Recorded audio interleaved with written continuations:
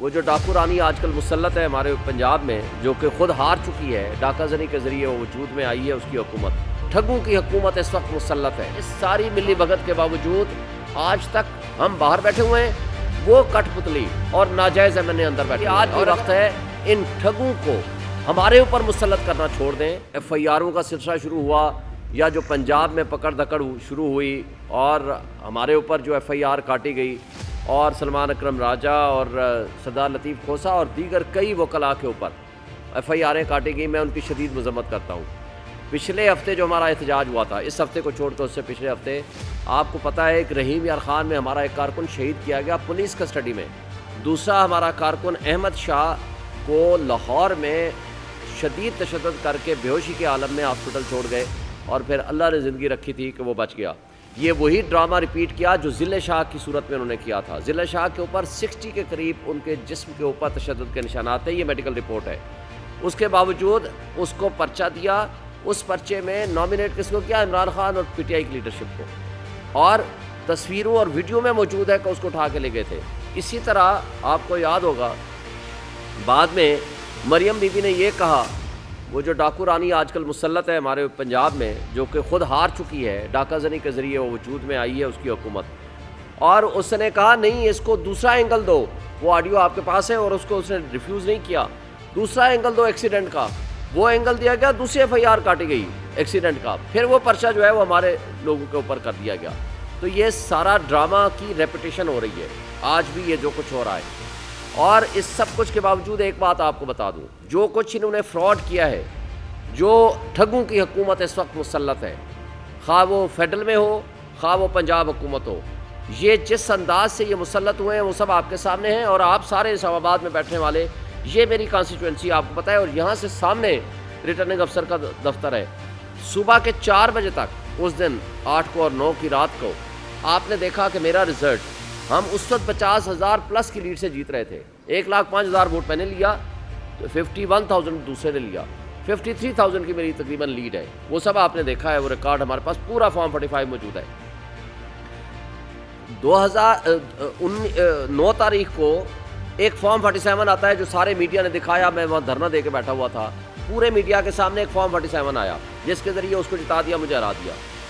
Form 47 وہ ابھی موجود ہی نہیں ہے، اس کا وجود ہی نہیں ہے، یہ نیا فارم 47 بنایا انہوں نے 10 تاریخ کو۔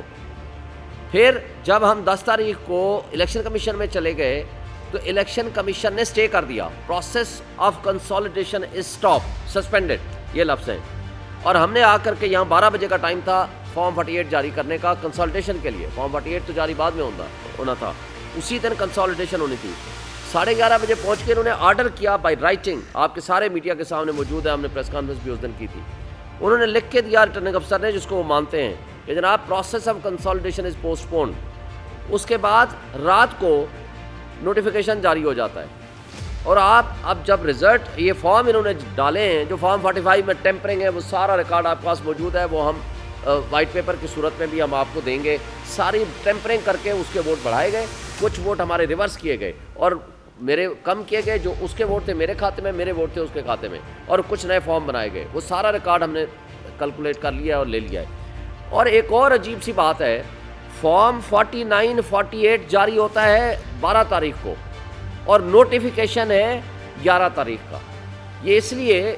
نوٹیفیکیشن سسپینڈ کیے تھے ہائی کورٹ نے، اور الیکشن کمیشن کو کہا تھا آپ اس کو چیک کرو،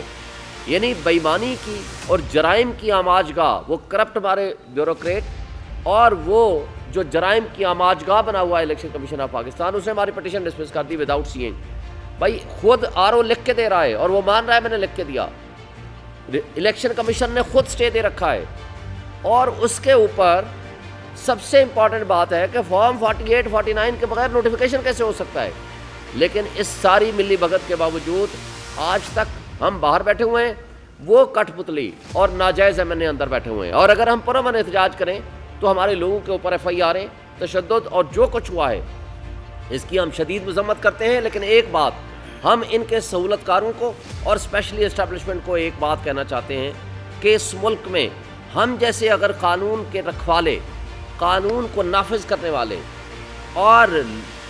لا ابائڈنگ سٹیزنز کے اوپر، وکلاء کے اوپر، سینئر وکیلوں کے اوپر بھی اس طرح اگر آپ نے پرچے کرنے ہیں تو افسوس سے کہنا پڑتا ہے اس ملک میں پھر نہ آئین ہے، نہ قانون ہے، نہ جنگل کا قانون بھی اس سے پھر بہتر ہوگا۔ دوسری بات کہ جو کچھ آپ آج کر رہے ہیں، نہ اس سے سیاسی استحکام آئے گا اور نہ اس سے معاشی استحکام آئے گا۔ لوگ آلریڈی بے روزگار ہو چکے ہیں، $18 بلین سالانہ مفت مراد بدماشیاں اوپر کھا رہا ہے۔ مزید قرضے لے کے اس ملک کے لوگوں کو جو $12 ہمارا بجلی کا یونٹ تھا اس کو $70 پہ پہنچایا، اور کل آپ نے پھر جو $500 گیس کا بل ہوتا تھا $50,000 پہ پہنچایا۔